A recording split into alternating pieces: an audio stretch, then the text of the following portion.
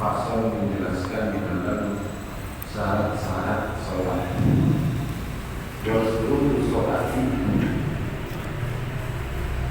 Adapun syarat-syarat sholat adalah al-Islam, al-Islam, wadam dan bukan.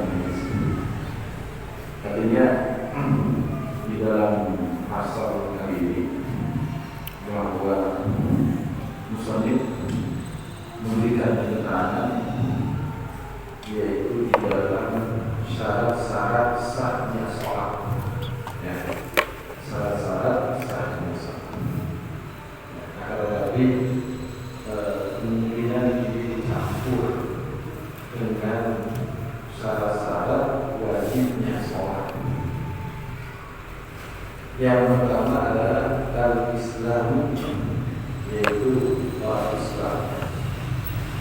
Maka ini termasuk daripada wajibnya sholat. Jadi ketika seseorang itu dikatakan seorang muslim, maka dia wajib melaksanakan yang namanya sholat lima waktu. Begitu juga ketika dia melaksanakan sholat lima waktu, maka dia dikatakan sah karena sudah Islam. Berarti kalau orang kafir melaksanakan sholat ini tidak sah, bahkan memang dia tidak wajib. Maka meskipun di dalam melakukan sholat ini sesuai dengan syarat dan rukunnya, tetapi dia kafir, karena tidak sah. Karena untuk di dalam beribadah maka harus diawali dengan Islam terlebih dahulu, atau dia sudah dikatakan orang yang beriman. Kemudian yang kedua, warga itu adalah orang yang sudah tamyiz. Jadi ketika melaksanakan sholat, kalau orang belum tamyiz, maka tidak sah daripada sholat tersebut. Kalau tamyiz itu orang yang sudah bisa membedakan mana yang baik, mana yang buruk buat dirinya. Seperti anak kecil yang sudah berusia 7 tahun, ketika diberikan dua pilihan, yang satu makanan, yang satu benda bisa menyakitinya atau bara api. Kalau dia sudah tamyiz, maka dia yang pilih adalah makanan. Dia tahu kalau dia ambil bara api pasti akan memulai dirinya, itu namanya tamyiz. Tapi kalau dia pilih bara api, berarti dia belum tamyiz. Maka tamyiz ini ulama memberikan batas umur, yaitu pada usia 7 tahun. Nanti ketika balik, ketika 9 tahun, dengan tandanya kalau dia sudah bergigi tulang keluar dari laki-laki dan perempuan. Begitu juga dia keluar air darah B dari perempuan. Kalau tidak terjadi keduanya, maka itu dengan umur yaitu 15 tahun. Jadi bagi yang sudah tamyiz, satu sholatnya, asalkan tadi di dalam melaksanakan sholat sesuai dengan daripada syarat-syarat dan rukunnya. Ya. Kemudian karena ini belum berarti pahala yang dia peroleh itu bukan buat dirinya, tapi buat kedua orang tuanya. Karena kita punya akal hadis, udah umur kita ngajarin kata-kata sholat. Sebelum sholat apa? Duduk ngajarin yang benar. Maka ketika dia melakukan sholat, insya Allah sah dan pahalanya buat kedua orang tua. Kemudian yang berikutnya adalah buat waktu masuk waktu. Ya, kalau belum masuk waktunya, maka belum wajib. Seperti sekarang ini sudah masuk waktu isya, maka wajib melaksanakan sholat isya. Dan berikutnya belum masuk waktu sholat zuhur, sholat subuh, maka sholat subuh belum wajib. Ya. Boleh nggak kita nungguin? Nggak boleh kalau tidak ada sholat musafir. Tapi kalau subuh nggak boleh, kalau kaki boleh. Berbeda kalau memang ada sholat musafir yang memperbolehkan jamak kaki, ya, atau jamak akhir. Nanti bisa dimajibin atau bisa diundur. Ya. Nah, maka di dalam pelaksanaan sholat lima waktu dia harus memasuki kepada waktu yang terlebih dahulu. Ya. Kalau sekarang sholat subuh ya tidak sah. Ya, maka ketika nanti masuk waktu sholat subuh, ya ulang lagi sholatnya, itu yang dianggap. Kalau salah dianggap. Ya, di dalam mengetahui maksudnya waktu ini bisa beberapa tahap. Yang pertama, memungkinkan ia mengetahui secara yakin daripada waktu seperti terbenamnya matahari. Ini kita kalau ingin sholat maghrib, bagaimana untuk mengetahuinya? Ya, kalau kita sudah pandai di dalam mengerti, oh kapan masuk sholat maghrib, yaitu ketika terbenamnya matahari. Berarti di situ kita sudah diperbolehkan yang namanya sholat maghrib. Atau tergelincirnya matahari, itu tandanya masuknya sholat zuhur. Ya.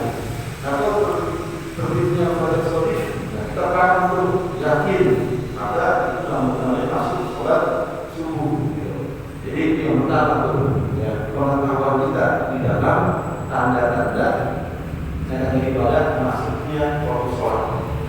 Yang kedua, adanya obat dari orang yang mengetahui, seperti orang yang pahami hal itu dengan tersebut tahu nanti ini sekarang sudah masuk waktu maghrib, jadi ini sekarang sudah masuk waktu sholat isya. Dari kesimpulan kamu, ya, orang yang paham di dalam masalah waktu masuknya waktu sholat. Itu yang kedua. Yang ketiga, kita bersandar kepada muadzin yang sikoh, atau bersandar kepada jam yang memang sudah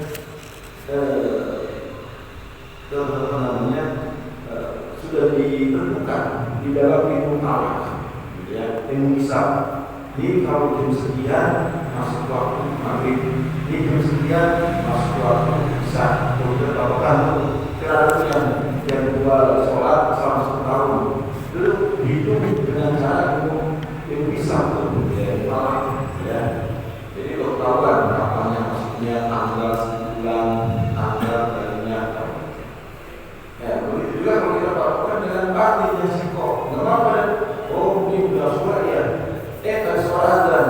Nah, itu tandanya sholat maghrib. Habis sholat maghrib, ada pengumuman, ada lagi. Kalau sholat isya, udah kita tidur, malam-malam dan udah mau pagi, ada sholat azan. Itu namanya sholat subuh, boleh dilakukan. Itu yang ketiga. Kemudian yang keempat, memungkinkan akan daripada istihad dari penglihatan dengan pencarian kalian. Kita nggak bisa daripada mengetahui kapan masuk sholat. Nggak paham nggak? maghrib. Kapan waktu maghrib udah tahu, kapan waktu isya udah tahu. Yang kedua, nggak ada yang kasih tahu khobar kapan masuk maghrib bisa dalam khobar. Yang ketiga, nggak ada suara azan. Ini azan mana dia? Nah, jangan beneran itu azan atau kalimat lampu kali. Nah, kalau dulu sendiri harus duduk, ada lampu. Nah, itu baru masuk sholat. Nah, kemudian jam juga nggak ada tuh. Dia pakai semua, saya pelak semua, bagiannya. Ya, lalu bagaimana kita untuk melaksanakan ibadah sholat? Karena kita nggak paham semuanya. Kita tahu juga, maka istihad. Ini kira-kira saya dengar kebiasaan kalau sholat maghrib udah mulai matahari nggak ada nih. Nah, saya cari dulu di keluar, kira matahari masih ada belum? Masih ada, udah nggak ada. Pas diperhatiin, wah ini kayak matahari udah nggak ada nih, udah gelap nih. Nah, biasanya itu adalah waktu sholat maghrib, udah saya sholat dulu. Nah, itu namanya istihad begitu. Ya meskipun dia nggak paham, cuma kebiasaan seperti sholat isya. Ini kok sholat isya biasanya udah gelap, diperhatiin dulu dari sholat maghrib kemudian sholat isya, kemudian agak lama gelap. Nah, kemudian tidak ada sudah masuk waktu isya. Kurang istihad dia, karena dia tidak tahu sebenarnya untuk mengetahui itu boleh ya, dengan seperti itu. Ya, kemudian yang kelima adalah memungkinkan istihad dari orang yang buta, ya, dengan misalnya, jadi orang buta nggak paham karena dia memang nggak bisa melihat matahari tergelincir, matahari bayangan dengan benda sama, matahari terbenam, ufuk merah itu terbenam ketika terbitnya pada sore. Dia bisa buta. Udah begitu, nggak ada yang kasih tahu juga lagi bagaimana dia. Ya udah dengan kebiasaan dia, ya sendiri istihad dulu, usaha. Ini ada orang yang dia, kalau ada orang ini udah masuk waktu maghrib belum? Ya, itu namanya dia sudah berusaha di dalam menentukan sudah belum atau tidaknya masuk waktu sholat tersebut. Kalau tidak belum waktu sholat selesai, jadi harus sudah istihad.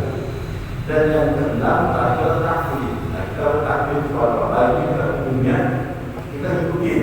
Nah, ikutin orang ada pada sholat subuh dan jadilah meskipun tidak ada tanda-tandanya misalnya itu boleh saja.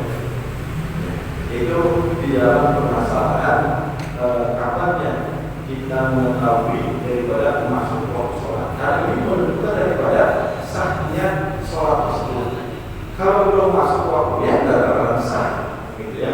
Jadi harus benar-benar yakin daripada sudah masuk waktu sholat.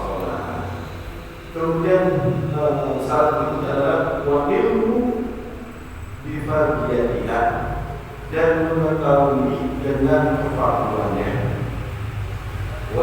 Jadi mengetahui akan daripada sholat mana yang fardu, mana yang tidak fardu.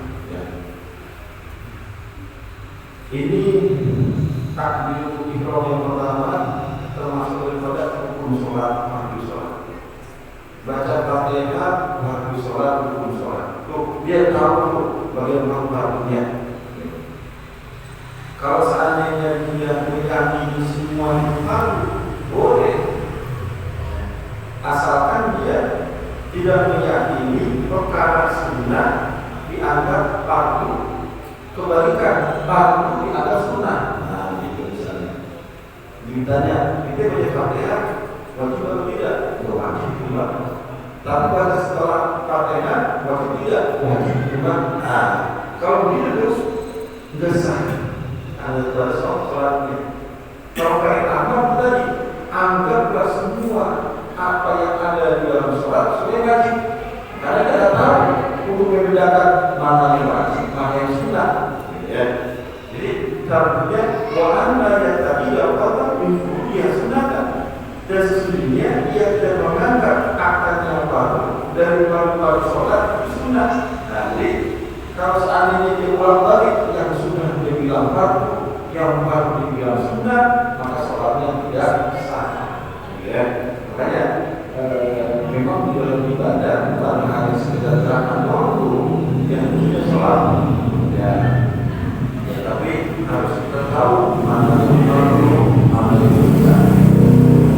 Dari rukun fi'liyah daripada rukun qauliyah dan rukun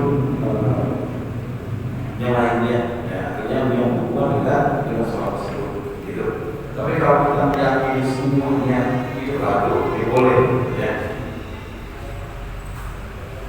Tapi ada ulama mengatakan kalau dia sudah sering belajar, nggak boleh mengatakan sunnah itu harus bisa membedakan mana yang fardu, mana yang sunnah. Ya. Tapi bagi orang yang awam, maka dia diperbolehkan. Ada daripada sunnah itu fardu, ya, padahal itu sunnah juga, tapi belum fardu semuanya, boleh bagi orang awam. Tapi kalau bagi orang yang sudah sering belajar, harus bisa membedakan. Ya. Cuma ada juga mengatakan tetap dianggap sah juga, ya, meskipun dia orang yang sering belajar. Kalau dia mengatakan semuanya itu adalah fardu.